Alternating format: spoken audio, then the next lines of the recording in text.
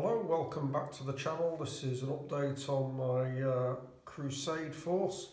So the Primaris Eagle Marines have been battling away against various foes, mainly Tyranids, Death Guard and Imperial Guard. And since adding more units to the force, they've had better results than initial outings.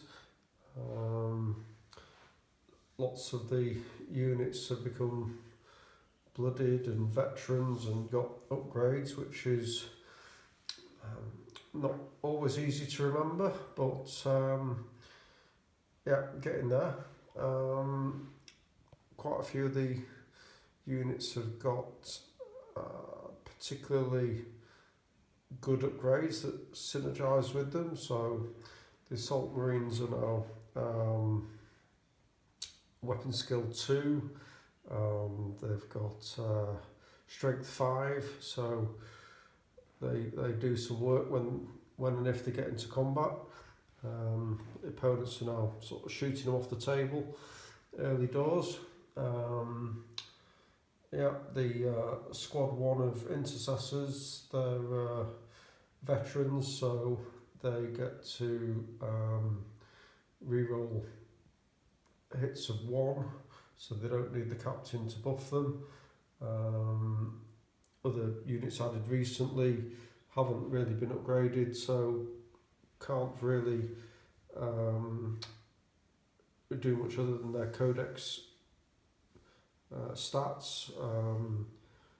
The Outriders have only had one battle so far and never got into combat, so I'm not sure how good they are because I've not fielded them in a match play game as yet. There's lots of Melter now, 2 squads of the what we call the Assault Eradicators with the standard weapons, and then Heavy Eradicators with the Heavy Melters and the Multi-Melter. But again, they've not done a lot of work and targeted pretty early on. So the unit that's been most eroded by sort of battle damage and combat effectiveness are the Suppressors. Again, because they were one of my first heavy support choices added to the list, they kept getting targeted early on and never managed to see it to the end of the game. So several rolls of 1 meant that they were taking battle scars, and I think they took 3 or 4 battle scars, of which I've applied negative experience to them.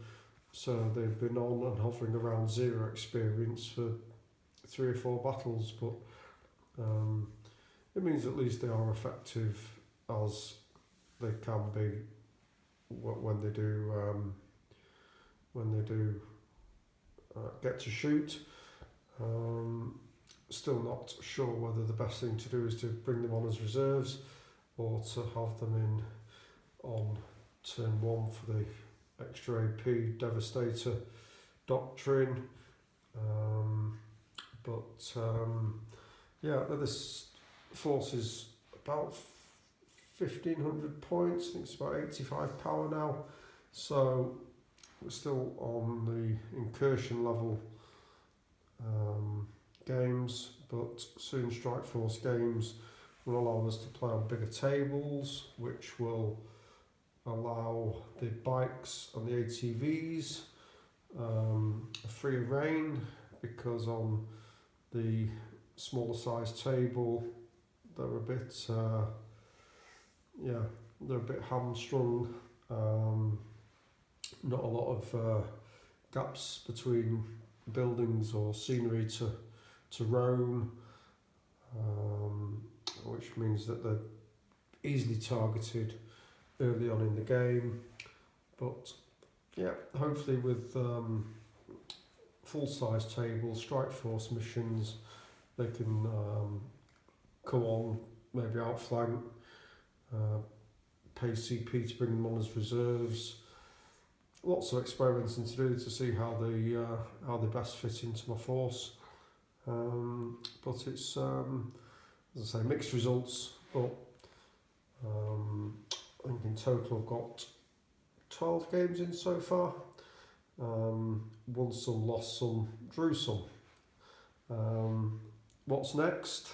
Well, most of the other armies in the ongoing campaign have psykers and spellcasters, so I think I need to add a librarian, if nothing more than to give me a deny role. I've never been a big fan of librarians, even back in the day.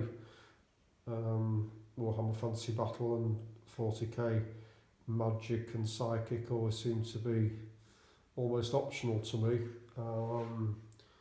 But yeah, some buffs and some denial rolls would be welcome, because facing a lot of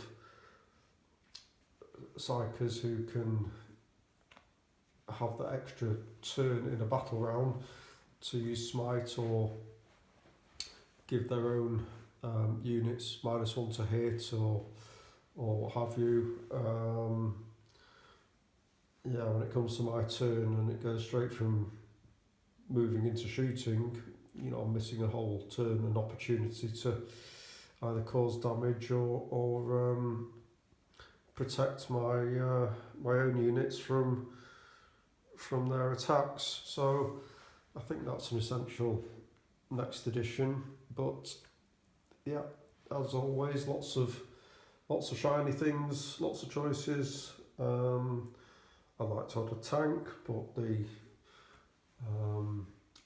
power levels are huge when you think that one requisition point only gives you another 5 power to